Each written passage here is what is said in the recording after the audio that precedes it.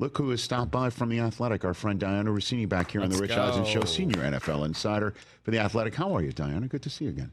Great. Hi, Rich. Hi, everybody there. I didn't get to see the group out there in New Orleans, but I did spend a little time with you. It was great to see you at the New Heights party. Is probably where I saw you. Right? That was it. That was a fun time. Tons of Philadelphia Eagles were there, and hanging out with Jason Kelce, just a few days away from winning it all. And I guess that's where I'd like to start with you, because I'm wondering what you're already hearing about the Chiefs' plans post Super Bowl. I just mentioned in Daniel Jeremiah, my colleague from NFL Network's mock draft, he has Josh Conerly Jr., the tackle out of Oregon, going to the Chiefs 31st overall. And we were basically saying, hey, this is what Brett Veach is going to do, just like the last Super Bowl loss, is try to hit that line. What's your sense of how the Chiefs are coming out of that Super Bowl 59 loss, Dianna? Yeah, they know they gotta get some protection here, and they gotta fix that right away. And we've seen them do it in the past. And I think if we had this conversation, even let's say,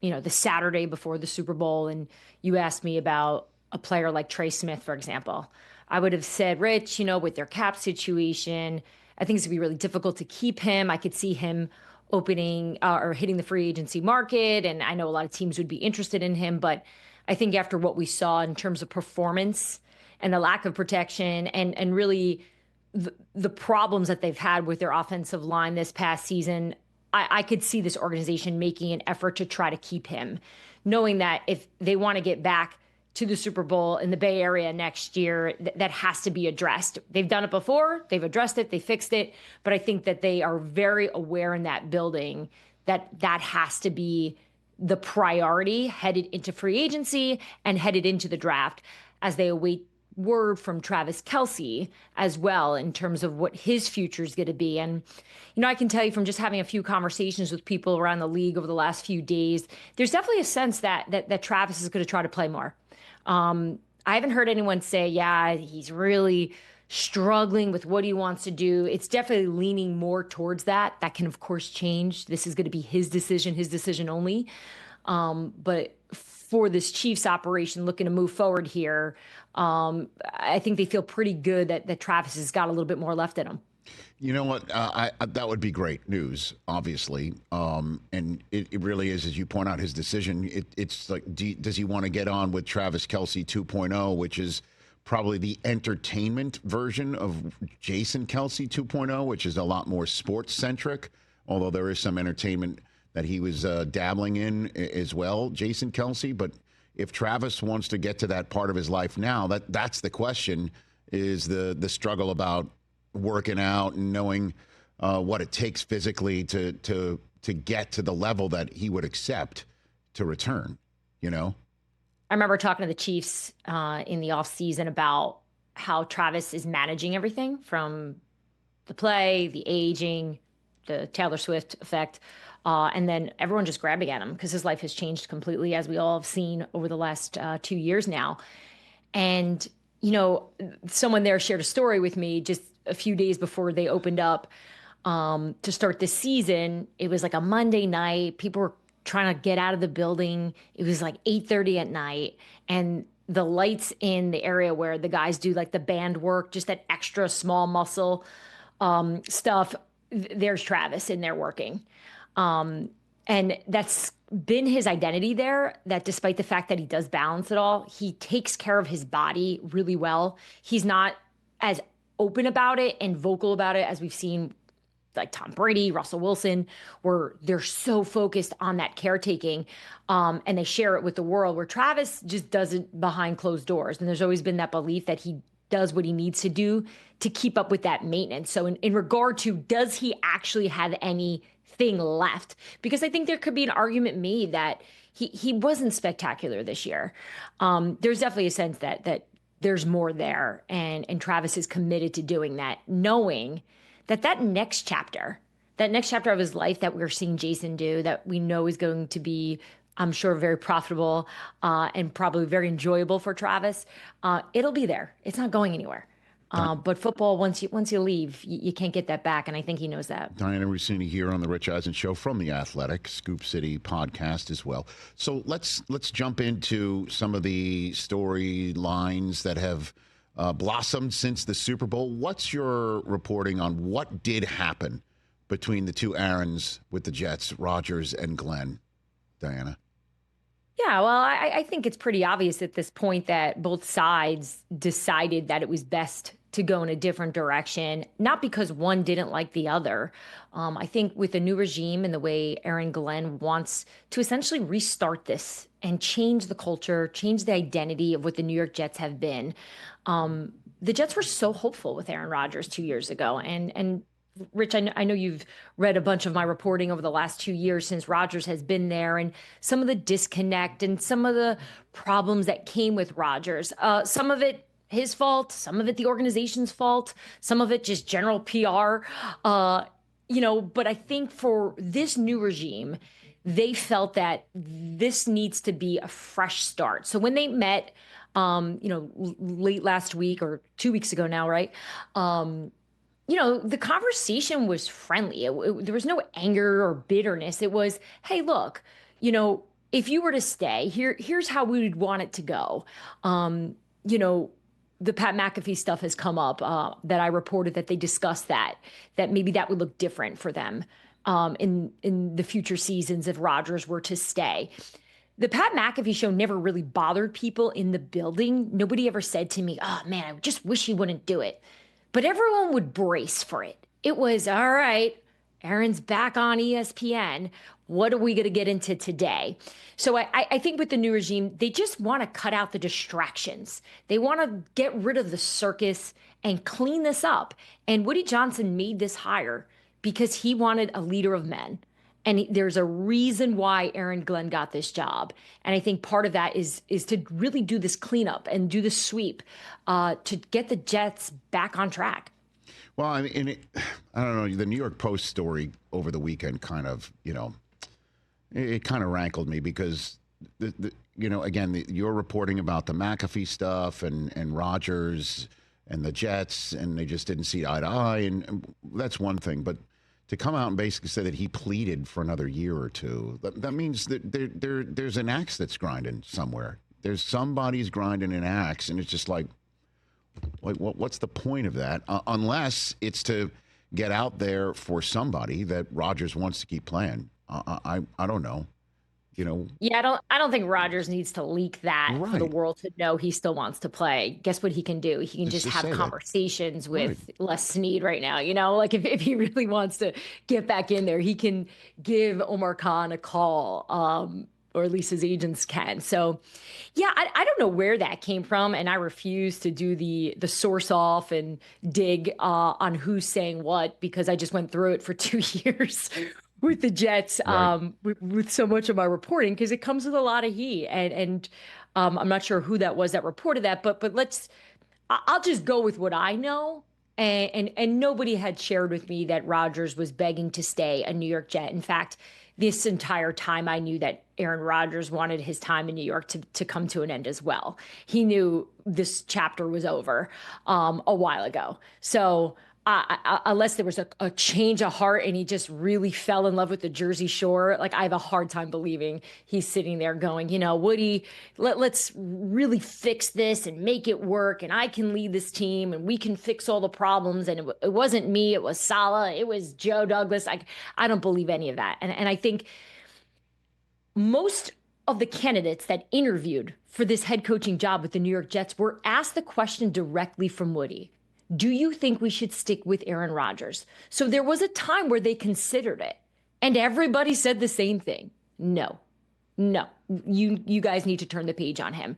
So while this new regime believed in it, almost every single candidate that interviewed for the job had the same sentiment. And I can tell you around the league, nobody's going, why would the Jets let him walk? No one's wondering why they did that. It's more, this makes sense. This didn't work. That's Dianna Russini. I see a breadcrumb dropped when I see one or hear one.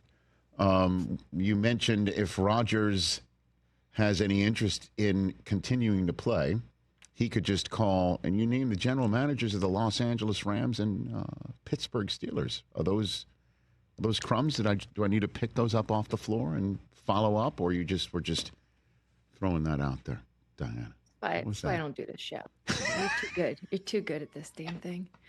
I need a Rich Eisen filter. Just things that. Sorry about that. It's I just just like I saw the breadcrumb dropped on the floor. You can pick that up. What's up? What the, Look, do I follow a dotted line here or what? No? structure is good. I don't care how talented, how smart, how disciplined you can be. We all need it. And that means Aaron Rodgers as well. And I think of organizations that have a very firm structure to not just the way they run things, but just their offenses in general. And Sean McVay, to me, is one of the best to do it. And it's very clear that Sean is the voice of the Rams and the decision maker, and has a tremendous ability to connect with all types of different personalities. And I know that Rodgers has tons of respect for Sean McVay. So that doesn't seem completely off the grid if the Matthew Stafford situation doesn't iron itself out. Talking to a few people around the league today, just trying to say what everyone else thinks that the Rams are going to do here. Most people believe that Sean McVay is going to have a hard time parting ways with Stafford, knowing that he has such an understanding of the offense. He doesn't need much. It's what makes Stafford so great. Because he's so smart, you don't have to really get involved with the quarterback play, because Matthew can just take care of what he needs to do, and there's value in that. We'll see how they'll be able to shake this out if it does work itself out, but there's definitely belief around the league that Stafford and the Rams will figure it out. But if, let's say they don't, because we've seen this stuff happen, we saw it happen last year with them. It bled right into training camp where we didn't know what was going to happen there with the contract.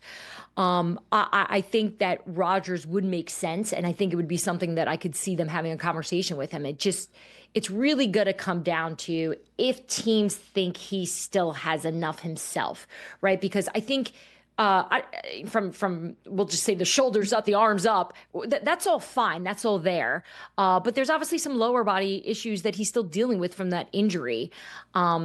He didn't put together any great tape this last year with the Jets. So it's really going to be about whether or not a coach, a general manager, and even perhaps maybe some front office people, if they still think that the Aaron Rodgers that we all know and that we love and that we've seen play in some spectacular moments, if he still has some of that. So what is the Steelers' plan, best you can tell, at quarterback right now? And I know that's kind of a dicey question, and the fact that if I asked you that question 1 year ago at this point in time, I don't know if anybody would have said, well, Russell Wilson and Justin Fields.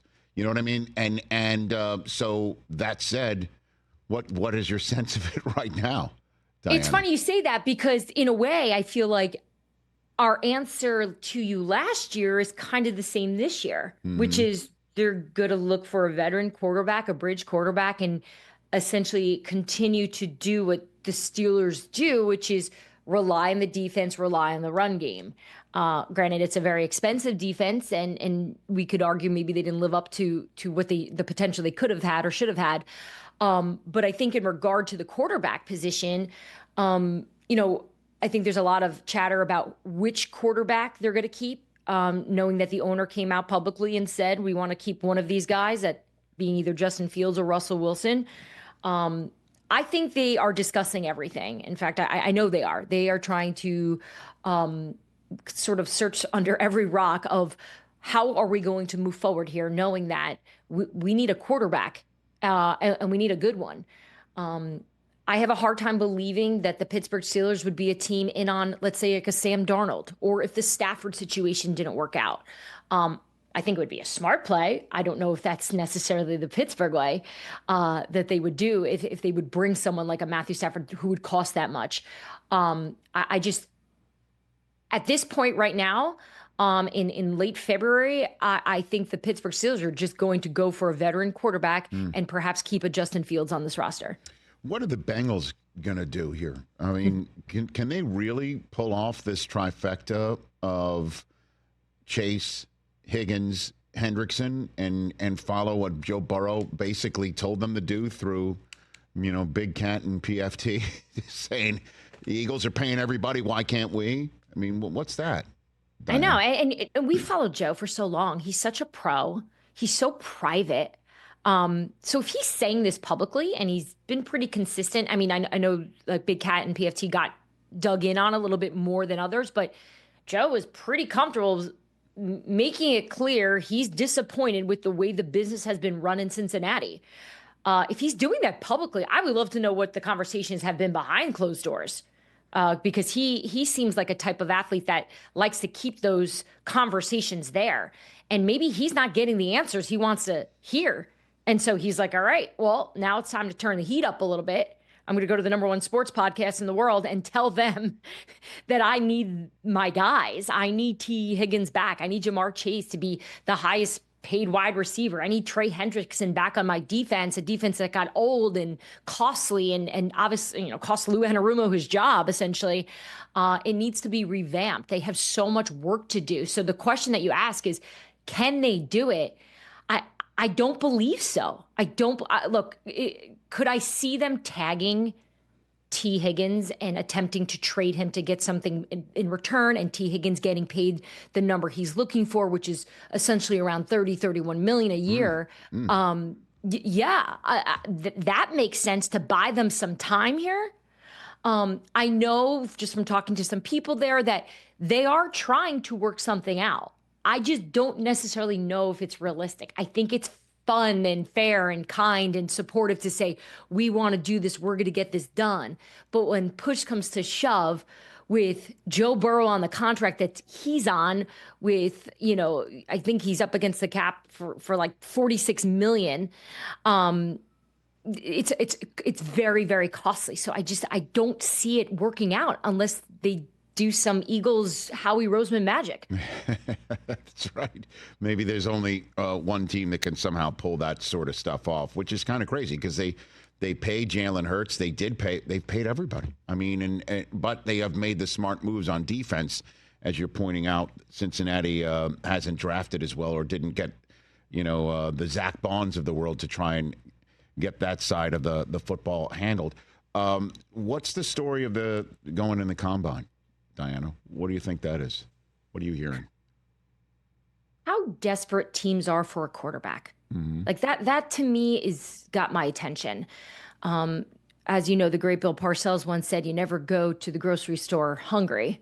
And there are teams starving right now. And I'm curious to see how this is going to work in terms of the Sam Darnold market. I mean, I don't know if this could have played out any better for Sam Darnold. What is this market truly going to be when we start hearing and seeing meetings and people chatting around the combine about those teams that are going to be interested in him? Because I have a very strong feeling that Sam Darnold is going to have a very fat, saturated market.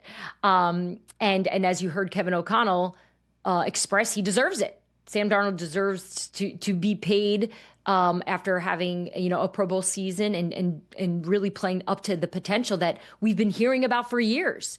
You put him with a great head coach, you put him in a good program, and you get this version. And I think there's some teams out there who think that they can do that. The Matthew Stafford situation, as we've talked about here, how is that going to pan out? How are those conversations going to go in Indy?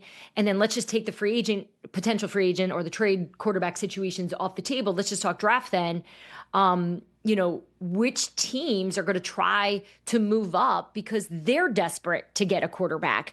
Are the Giants going to be running after Mike Bergonzi and being like, hey, man, I know you're the new GM here, but why don't you make a big splash and let us trade and move up so we can go get a quarterback that we want? Because that's where I think the New York Giants really want to go. I think it's the draft that they want to get a guy. Huh. So that might be something obviously to keep in your mind's eye for the combine. But as we look at that draft order, if you wouldn't mind putting that up one more time, thank you, Mr. Hoskins. You've got two teams right there in the middle of the top, I guess 6, right? Mm-hmm. That don't need a quarterback. Jets are hoping, I guess, one could drop, or they handle their business in free agency. I imagine Sam Darnold would chuckle if he sees a call coming from Florham Park, to say, how would you like a reunion with us? I can't imagine, but I don't know. I mean, you got the Patriots sitting there at 4 with a ton of teams in front of them that are quarterback hungry, one would think. What's your 2 cents on the draft order, on what you're hearing on any of those fronts? Yeah, I don't Dianna. think that's that's not gonna be the order we see that night. I can tell you that. I expect the teams to be moving up. I can tell you there's already teams there that are open for business, um, that want to move out. Are the Titans And one of them, do you think? I think the Titans are open to it for sure. I do. A few weeks ago, I really felt strongly based on some of the conversations I was having that they were definitely going quarterback. I'm like, there's no question.